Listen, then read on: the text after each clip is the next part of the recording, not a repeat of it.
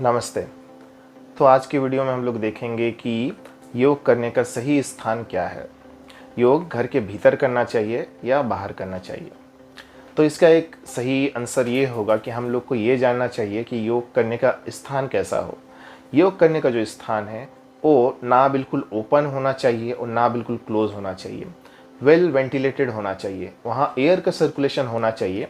But जहाँ पे भी आप योग का अभ्यास कर रहे हो वहाँ जो हवा है डायरेक्टली आपके बॉडी को टच नहीं करनी चाहिए। ओके, हवा वहाँ खुली होनी चाहिए, ओपन एयर होना चाहिए। बट जो हवा है, जब हवा बहती हो तो डायरेक्ट आपके बॉडी को टच ना करता हो। साथ ही आपको किसी कुचालक मैट पे, ओके, नॉन कंडक्टर मैट पे, रबर के जो मैट आते हैं उसके ऊपर ही योग करना चाहिए। आपको किसी चादर या कंबल पे योग नहीं करना चाहिए।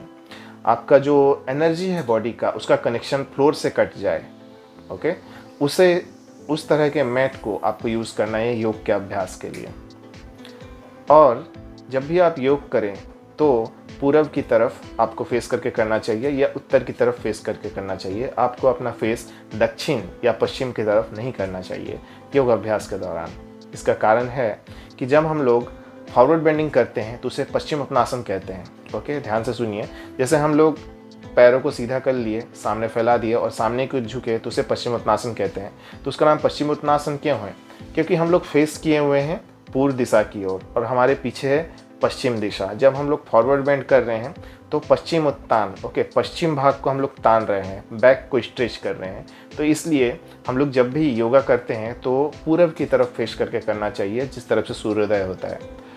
सूर्य नमस्कार भी एक बहुत अच्छा अभ्यास है डेली योगा कार्यक्रम में। ओके, तो सूर्य नमस्कार भी आपको सूरज की तरफ ही फेस करके करना है। इसीलिए जो डिफ़ॉल्ट फेस होता है वो सूरज की तरफ यानी कि पूर्व दिशा में ही होता है। तो योगाभ्यास हमेशा पूर्व दिशा की ओर फेस करके करना चाहिए। ओके, रबड़ के मैट पे करना चाहिए। ओके, कंबल या चादर पे नहीं, रबड़ के मैट पे करना चाहिए, जिससे आपके बॉडी का कनेक्शन फ्लोर से कट जाए, बॉडी के एनर्जी का कनेक्शन। जो हवा है जिस स्थान पे आप हैं वो हवा डायरेक्ट आपके शरीर को हिट नहीं करनी चाहिए, डायरेक्ट आपके शरीर को टच नहीं करनी चाहिए। और वेल वेंटिलेटेड एरिया होना चाहिए, ओपन एयर होना चाहिए। किसी बंद कमरे में नहीं करना है आपको योगा। ओके, तो आशा करता हूँ नेक्स्ट टाइम से जब आप योगा करेंगे तो आप इन बातों का ध्यान रखेंगे। मिलता हूँ आपसे नेक्स्ट वीडियो में योग से संबंधित इसी तरह से छोटी छोटी बातों को, छोटी छोटी पॉइंट को लेके। धन्यवाद। Thank you.